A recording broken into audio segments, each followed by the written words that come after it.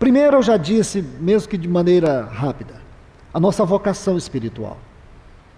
Nós precisamos tomar consciência que temos uma vocação celestial. A nossa aspiração é celestial. O nosso testemunho é celestial. O nosso padrão é celestial. Nós estamos neste mundo, mas nós não somos deste mundo. Nossos pés estão aqui, mas o nosso coração tem que estar no céu. Você trabalha, você tem sua empresa, sua família, você tem até amigos de trabalho, você tem sua vida do ponto de vista social, natural. Ok, todos nós temos. Mas você precisa saber que, em primeiro lugar, você é um novo homem, uma nova mulher. Você tem que entender que você não é igual às outras pessoas. Você tem que compreender que a sua vida é vivida num plano mais alto. Você precisa ter isso na sua consciência. Você não entra na onda do mundo, você não entra nos valores do mundo, você não entra no conceito do mundo. Nós vivemos valores governados pela palavra de Deus. Nós temos um padrão, e o padrão é a vida de Cristo. Fora desse padrão, nós seremos um fracasso.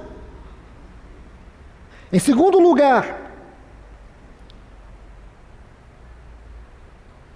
a nossa vida tem como função nessa terra sustentar o testemunho de Cristo.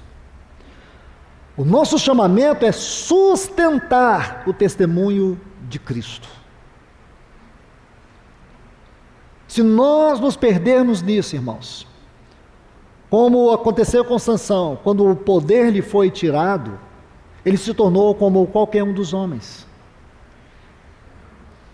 Nós temos que nos livrar da síndrome da mediocridade. Achamos que não temos nada, não somos nada. Calma. Por um lado, você precisa ter consciência que isso é quanto à sua vida natural. O perigo é você perverter o sentido das coisas espirituais e as experiências na sua vida.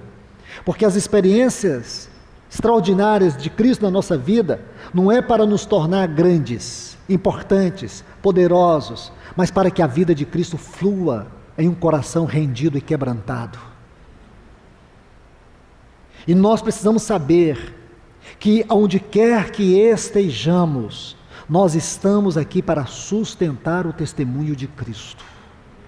Nós somos o seu vaso, nós somos os seus canais, nós somos os seus instrumentos, nós estamos aqui para expressar Ele. Isso significa sustentar o testemunho de Cristo. Em terceiro lugar, a história de Sansão nos ensina que a fonte para todo o poder espiritual é uma vida de consagração. Aonde estava o poder que se manifestava de maneira tão extraordinária na vida de Sansão? Nos seus músculos? Não. Na sua consagração. A consagração era a fonte do poder espiritual. Toda a sua força, ele derivava da sua vida de consagração. Se você observar, irmãos, se você buscar ter discernimento, você vai perceber que todo o trabalho do inimigo contra nós é destruir a nossa vida de consagração. Porque, consequentemente, ele vai destruir o nosso testemunho, ele vai destruir a nossa vocação. Ele vai destruir o vigor espiritual. Aí está um ponto importante para todos nós considerarmos aos pés do Senhor: vida de consagração. A vida de consagração é uma vida de total sujeição a Deus, é uma vida devocional, é uma vida piedosa. Irmão, ser um cristão espiritual não é opcional, é radical. Nós temos que ser cuidadosos, porque hoje parece que ser uma pessoa espiritual, ter aspirações espirituais, é uma coisa antiquada, é uma coisa absurda. Como hoje tudo está ficando absurdo.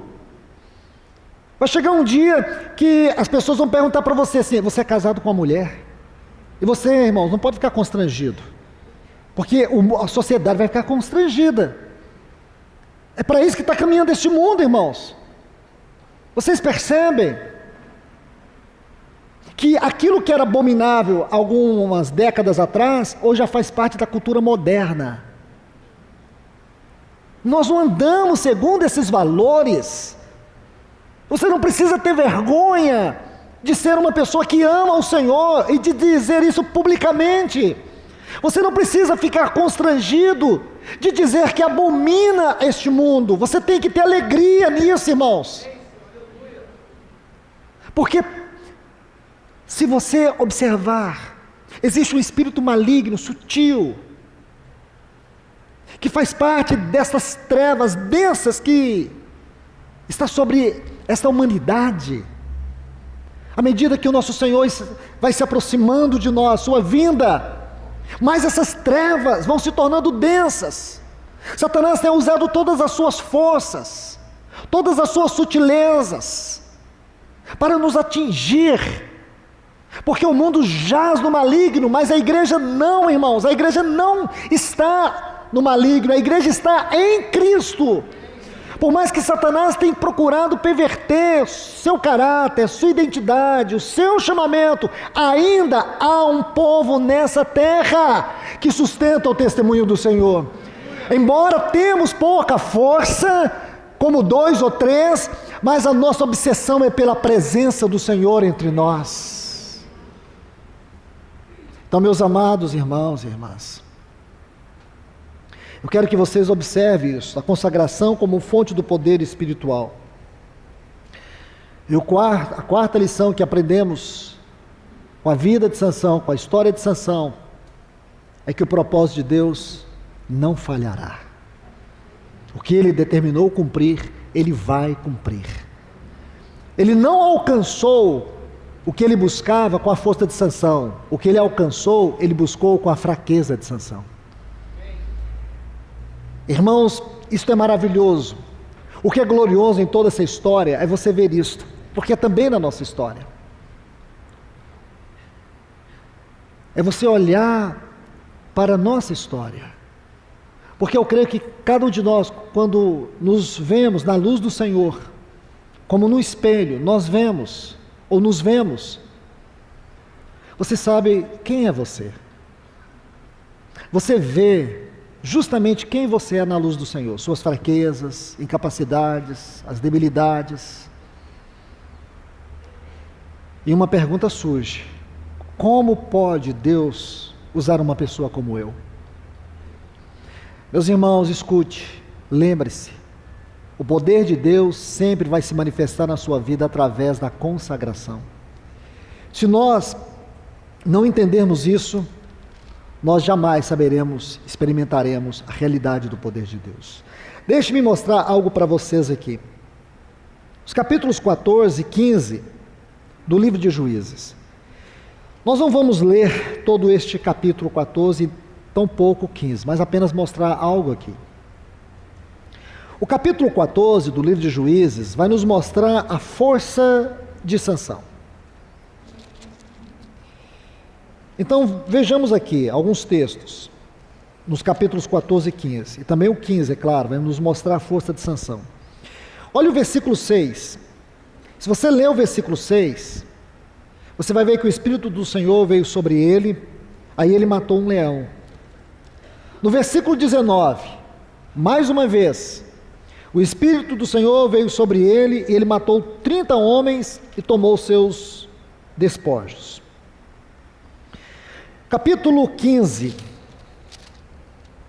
versículos 4 e 5, imagina, irmãos, olha que poder extraordinário.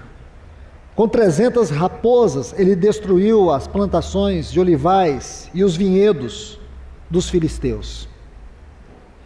Ainda no capítulo 15, os versículos 15 e 16, com uma queixada de jumento ele matou 1000 homens.